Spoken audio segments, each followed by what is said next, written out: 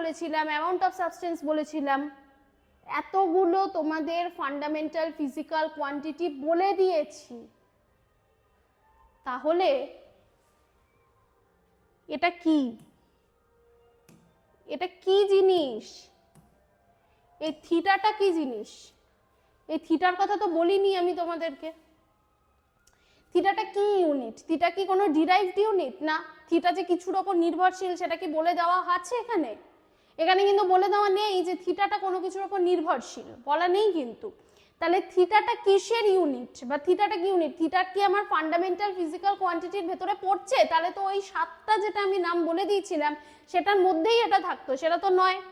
তাহলে থিটাটা আমার কিসের ইউনিটের মধ্যে পড়ছে, তাই না? এই জায়গাটা থেকেই আমার যে কনসেপ্টটা রেডি হচ্ছে সেটা হচ্ছে সাপ্লিমেন্টারি ইউনিট। কি রেডি হচ্ছে? Supplementary unit. ঠিক আছে, সাপ্লিমেন্টারি ইউনিট বলতে আমরা ঠিক কি বুঝি? তাহলে আমরা কি বুঝবো এখানে? কালারটা চেঞ্জ করি পেনের, ভালো লাগছে না এই কালারটা। তাহলে আমরা কি বুঝবো? সাপ্লিমেন্টারি ইউনিট, আমি পুরো অত লিখছি না, সময় নষ্ট। সাপ্লিমেন্টারি ইউনিট, সাপ্লিমেন্টারি ইউনিটের মধ্যে যেটা রয়েছে সেটা হচ্ছে যে দুখানা ইউনিট রয়েছে সাপ্লিমেন্টারি ইউনিটের মধ্যে। ঠিক আছে, দুটো ইউনিট। ধরো এই হচ্ছে একটা প্লেন, বা ধরো এই হচ্ছে একটা বোর্ড। ঠিক আছে, এই বোর্ডটাও তো একটা 2D, বোর্ডটা 3D নয় তো, বোর্ডটা হচ্ছে কিন্তু একটা 2D। এই যে আমি একটা এটাকে দেখিয়ে দিলাম, এটাও কিন্তু একটা 2D। এই যে এখানটাতে এটা এঁকে দিলাম, এটাও তো একটা 2D। এবার এখানে ধরো এটা হচ্ছে A পয়েন্ট, এটা হচ্ছে B পয়েন্ট। ধরো এইখান থেকে এখানে যাওয়া হচ্ছে, এখানে একটা অ্যাঙ্গেল ক্রিয়েট হবে। ঠিক আছে, কালারগুলো সব সেম হয়ে যাচ্ছে। এবারে একটা প্লেনের মধ্যে যখন কোনো অ্যাঙ্গেল ক্রিয়েট হয় একটা স্থান থেকে অপর স্থানে যাওয়ার জন্যে, প্লেনের মধ্যে থাকা অবস্থায় যে অ্যাঙ্গেল ক্রিয়েট হয় 2D প্লেনের মধ্যে, মানে প্লেন মানে কি? এরোপ্লেন নয়, প্লেন মানে হচ্ছে তল, বোঝা গেল? তল, এবং সেটা 2D হতে হবে। ঠিক আছে, 2D মানে 3 ডাইমেনশনাল নয়, 3D নয়, 2D। 2D অবস্থাতে একটা তলের মধ্যে যে অ্যাঙ্গেলটা ক্রিয়েট হচ্ছে সেইটাকে বা সেই যে থিটাটাকে, সেটাকে আমরা বলি প্লেন অ্যাঙ্গেল। সেটাকে আমরা কি বলি? প্লেন অ্যাঙ্গেল, যেটা হচ্ছে একটা সাপ্লিমেন্টারি ইউনিট। বোঝা গেল? এই প্লেন অ্যাঙ্গেলের যেটা প্রকাশ করি আমরা সেটা হচ্ছে রেডিয়ান দিয়ে বা র্যাড দিয়ে। এই প্লেন অ্যাঙ্গেলকে আমরা কি দিয়ে প্রকাশ করি? রেডিয়ান দিয়ে বা র্যাড দিয়ে। ঠিক আছে, আচ্ছা, রেডিয়ান দিয়ে বা র্যাড দিয়ে।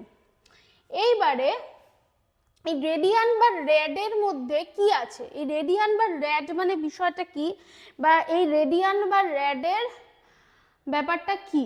এই রেডিয়ান বা র্যাডকে আমরা কি দিয়ে প্রকাশ করতে পারি? এই যে চাপটা তৈরি হয়েছে, আমরা ছোটবেলায় অঙ্ক করেছি, চাপ পড়েছি, চাপ। এই যে চাপটা তৈরি হয়েছে, এই যে বাহুটা তৈরি হয়েছে, রেডিয়ানকে আমরা প্রকাশ করতে পারি আর্ক মানে চাপ ডিভাইডেড বাই রেডিয়াস, এটা দিয়ে। ঠিক আছে, আর্ক ডিভাইডেড বাই রেডিয়াস, এটা হচ্ছে রেডিয়ান। ঠিক আছে, এটা হচ্ছে রেডিয়ান। তাহলে এটা বোঝা গেছে, এটা হচ্ছে আমার সাপ্লিমেন্টারি ইউনিটের মধ্যে একটা পড়ছে প্লেন অ্যাঙ্গেল, যেটা থিটা হচ্ছে আর্ক বাই রেডিয়াস। দেখতে পাচ্ছ প্রত্যেকে? দেখা যাচ্ছে? পরিষ্কার? ক্লিয়ার? দেন আমার কাছে আরেকটা টার্মস আসবে। আচ্ছা, তার আগে একটা কথা একটু বলে দিই তোমাদেরকে। তোমরা যারা যারা এই সিরিজটাকে ফলো করছো, প্রত্যেকে প্রতিদিন সোম থেকে শনি ফলো করবে। আমি প্রত্যেক দিন তোমাদের কাছে আসব, এটা তো কোনো অন্যথা হবে না। পুজোর পরে অন্যান্য এডুকেটার্সরাও আসছেন বিভিন্ন সাবজেক্টস নিয়ে রেলের, এবং আমি কিন্তু পুজোর দিনগুলোতেও বাদ যাচ্ছি না, প্রত্যেকটা দিন তোমাদেরকে ক্লাস করাবো। ঠিক আছে, যদি তোমরা মন দিয়ে ক্লাস করো, পরীক্ষা যদি তোমার কাছে প্রথম প্রায়োরিটি হয়, পাস করা, চাকরি পাওয়া যদি তোমার কাছে প্রথম প্রায়োরিটি হয়, then you should do it. Okay, আমি যদি থাকতে পারি তোমাদেরকে ক্লাস করানোর জন্যে, তাহলে তোমাকেও থাকতে হবে ক্লাসটা করার জন্যে, কারণ পরীক্ষাটা তোমার, পরীক্ষা আমার নয়। ঠিক আছে, এইবারে বিষয়টা হলো যে তোমরা যারা এটাকে ফলো করছো বা ব্যাপারটাকে ভালো করে বুঝছো বা প্রত্যেকদিন ক্লাস করছো, তাদেরকে বলি, আমি তো তোমাদেরকে বলছি যে হ্যাঁ আমি তোমাদেরকে ইউটিউব থেকে বা নোট স্টাডি তোমাদেরকে আমি বা আমরা তোমাদের ইউটিউব থেকে সিলেকশন এনে দেব, এটা প্রমিস করছি। কিন্তু সিলেকশন এনে দেব এটা প্রমিস করার পরও আমি বা আমরা কেন ইন্ডিয়ান রেলওয়ের এনটিপিসি গ্রুপটির ওপরে কোর্স লঞ্চ করেছি, কেন আমাদের অ্যাপে ওয়েবসাইটে এখনো একটা কোর্স দেখা যাচ্ছে, কেন ইউটিউব থেকে সিলেকশন এনে দেবো বলার পরেও আমরা টাকা ইনকাম করতে চাইছি, সেটার উত্তর আজকে তোমাদেরকে দেব। একটা বিষয়, যদি তোমরা মনে করো যে তোমরা সিলেকশন পেতে চাও, পরীক্ষা কিন্তু কালকেই হয়ে যাচ্ছে না, পরীক্ষাতে টাইম আছে, কিন্তু যদি তোমরা মনে করো যে তোমরা সিলেকশন পেতে চাও, তাহলে তোমাকে দুটো স্টেপ ফলো করতে হবে। হয় নোট স্টাডির তোমরা ইউটিউব চ্যানেল ফলো করো, অথবা নোট স্টাডির পেইড ব্যাচ ফলো করো, অথবা দুটোই ফলো করো। এবার ইউটিউব আর পেইড ব্যাচের মধ্যে আমার ডিফারেন্সটা কি কি থাকছে, আমি যদি ইউটিউব করি আর আমি যদি আমার প্লাস কোর্সটা নিই, তাহলে আমার ডিফারেন্সটা কি থাকছে। ওয়াইটির মধ্যে যদি আমি করি, তাহলে আমি প্রত্যেক দিন একটা একটা করে ক্লাস পাচ্ছি, ঠিক আছে, ছোট ছোট টপিক কমপ্লিট হচ্ছে, কারণ ওয়াইটিতে অনেকক্ষণ টাইম নিয়ে অনেকক্ষণ ধরে অনেক কিছু করানো সম্ভব নয়, অর্থাৎ স্মল টপিক কভার হচ্ছে। সিলেবাস অবশ্যই কভার হবে, ওয়াইটিতেও কনসেপ্ট রেডি হবে, পিওয়াইকিউ হবে, কনসেপ্ট রেডি হবে, সব হবে। সেমভাবে প্লাস কোর্সেও কিন্তু কনসেপ্ট রেডি হবে, পিওয়াইকিউ হবে, সব হবে। কিন্তু প্লাস কোর্সে কি হবে, ক্লাসের ডিউরেশন অনেক বেশি থাকবে, অর্থাৎ ক্লাসের ডিউরেশন লং হবে। তো এই কারণে কি হচ্ছে, এই কারণে তোমার এখানে যতটা টপিক কভার হচ্ছে, ওখানে টপিক তার থেকে বেশি কভার হবে, এবং সব থেকে বড় কথা ওখানে একটা স্ট্রাকচার্ড ওয়েতে কভার হবে, অর্থাৎ ওখানে একটুখানি বিষয়টাকে ভালো করে সাজানো আছে যে কোনটার পরে কোনটা করানো হবে, কিভাবে স্ট্রাকচারাল ওয়েতে করানো হবে। ওয়াইটিতে বেশিরভাগটাই স্টুডেন্টদের ডিমান্ড অনুযায়ী করানো হয়, আর প্লাস কোর্সে বেশিরভাগটাই না বলো পুরোটাই টিচারদের স্ট্রাকচারের ওপরে করানো হয়, যেভাবে সিলেকশন আসে, ঠিক আছে। ওয়াইটি থেকেও স্টুডেন্টরা সিলেকশন পাবে, এখানেও পাবে। ডিফারেন্স হচ্ছে এটাই যে তোমার হাতে যদি মনে হয় যে আমার কম সময় আছে, অর্থাৎ আমাকে খুব তাড়াতাড়ি সিলেবাস কমপ্লিট করে রিভাইজ করতে হবে, তাহলে আমি প্লাস কোর্স নেব। আর যদি আমি ধীরে ধীরে করতে চাই, পরীক্ষার আগে কমপ্লিট হলেই হলো, পড়ে নেব, তাহলে আমি ওয়াইটি নেব। প্লাস আমার প্লাস কোর্সে আর কি আছে, প্লাস কোর্সে আমার স্টাডি মেটেরিয়ালস রয়েছে, যেটা তুমি ওয়াইটিতে পাচ্ছি না। আমি প্লাস কোর্সে আমার আরেকটা জিনিস আছে, যেটা হচ্ছে আমার ইবুক আছে। প্লাস কোর্সে আরেকটা কি আছে, ইবুক আছে, যে ইবুকটার মধ্যে আমরা আমাদের এর আগে যারা যারা চাকরি পেয়েছে, এসএসসি জিডি বলো, রেলওয়ে বলো, ওয়েস্ট বেঙ্গলের এক্সামগুলো বলো, এমটিএস বলো, এই সমস্ত এক্সামে যারা যারা চাকরি পেয়েছে তাদের প্রত্যেককে ইবুকগুলো দেওয়া হতো। তাদের পরীক্ষা অনুযায়ী আমরা এমন এমন এক্সপেক্টেড কোশ্চেন্সের সিরিজগুলো রেডি করতাম, যেইগুলো কিন্তু থেকে পরীক্ষার প্রশ্ন আসেই। এই ইবুকগুলো অনলি প্লাস কোর্সে পাওয়া যায়, যেটা ওয়াইটিতে হয় না। এখানে এক্সপেক্টেড কোশ্চেনের কিছু সিরিজ আমরা ইউটিউবে করাই, বাট সেটা আর ইবুকটা আলাদা থাকে। প্লাস কোর্সে তোমরা মক টেস্ট পাও, যেটা ওয়াইটিতে পাও না, এবং এই মক টেস্টটা অনলাইন বেসিস মক টেস্ট হয়। সো তোমরা এই সমস্ত কিছু প্লাস কোর্সে পাও, যেটা তোমরা ওয়াইটিতে পাও না। বাট ওয়াইটিটাও যদি তুমি ভালো করে ফলো করো, দেন তুমি সিলেকশন পাবে। এবার চয়েস তোমার, তুমি কি করবে। প্লাস কোর্সের কিন্তু প্রাইসটা একটু ডিফারেন্ট, আমি বলে দিচ্ছি।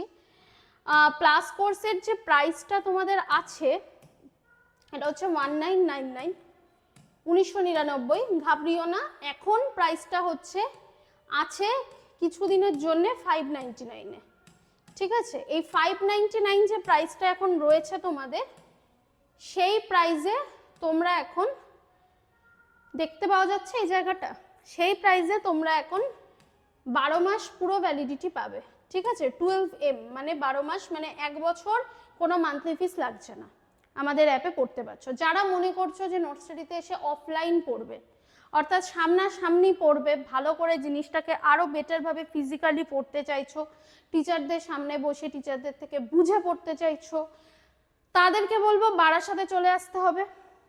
ডেসক্রিপশনে হোয়াটসঅ্যাপ নাম্বার আছে, যোগাযোগ করে নিতে হবে। বারাসাতেই অফলাইন সেন্টার, ঠিক আছে। তো পরের আর একটা ইউনিট আমি একটু বলে দেবো, সেটা হচ্ছে সাপ্লিমেন্টারি ইউনিটের মধ্যে আমি প্লেন অ্যাঙ্গেলটা বলেছি, এবার আমি যেটা বলবো সেটা হচ্ছে সলিড অ্যাঙ্গেল, ঠিক আছে। তো এখন আমরা কোনটা বলবো, সেটা হচ্ছে সলিড অ্যাঙ্গেল। সো প্লেন অ্যাঙ্গেলটা তো আমার বললাম আমি, যেটা প্লেনের মধ্যে হয়, 2Dর মধ্যে হয়। সো সলিড অ্যাঙ্গেল বিষয়টা কি? সলিড অ্যাঙ্গেল বিষয়টা আমার হচ্ছে যেটা আমার 3Dর মধ্যে হয়। এটা আমি নতুন করে বলছি না, আঁকছি না, কারণ এটা তো এঁকে দেখানোর বিষয়ও নয়, এটা যদি আমি আঁকিও সেটা 2Dর মধ্যে আঁকা হবে, বোকা বোকা।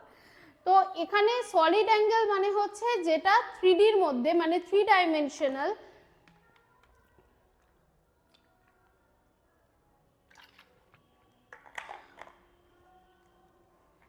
যেটা 3 ডাইমেনশনাল হচ্ছে, অর্থাৎ 3 ডাইমেনশনাল যে প্লেন, তার মধ্যে মানে 3 ডাইমেনশনাল তলের মধ্যে যেটা যে অ্যাঙ্গেলটা হয়, ঠিক আছে, একটা জায়গা থেকে আরেকটা জায়গায় যাওয়ার জন্য যে অ্যাঙ্গেলটা রেডি হয়, তৈরি হয়, this is called a solid angle. So solid অ্যাঙ্গেলকে আমরা 3D প্লেনের মধ্যে হয়, এবং সলিড অ্যাঙ্গেলকে আমরা করতে পারি যেটা দিয়ে, সেটা হচ্ছে এটাকে আমরা প্রকাশ করি একটা দিয়ে, সেটা হচ্ছে স্টেরেডিয়ান, ঠিক আছে। ওটা রেডিয়ান অ্যান্ড এটা হচ্ছে স্টেরেডিয়ান, ঠিক আছে। SD, কোথাও কোথাও STও শুনতে পাবে, বাট এটা হচ্ছে তোমার SD, ঠিক আছে। এবার এই যে SD, যেটা স্টেরেডিয়ান হচ্ছে, দেখতে পাচ্ছ তো আমার এই জায়গাটা দেখা যাচ্ছে, একটু দেখো ভালো করে, এই যে SD, ঠিক আছে। STও কিন্তু কোথাও কোথাও দেখবে, নট ST, SD, স্টেরেডিয়ান। এবার এই স্টেরেডিয়ান জিনিসটা কি, আগেরটা আমরা যেটা দেখেছি সেটা হচ্ছে যে আর্ক ডিভাইডেড বাই রেডিয়াস, অর্থাৎ চাপ ডিভাইডেড বাই রেডিয়াস। এখানে আমরা যেটা দেখব সেটা হচ্ছে এরিয়া ডিভাইডেড বাই রেডিয়াস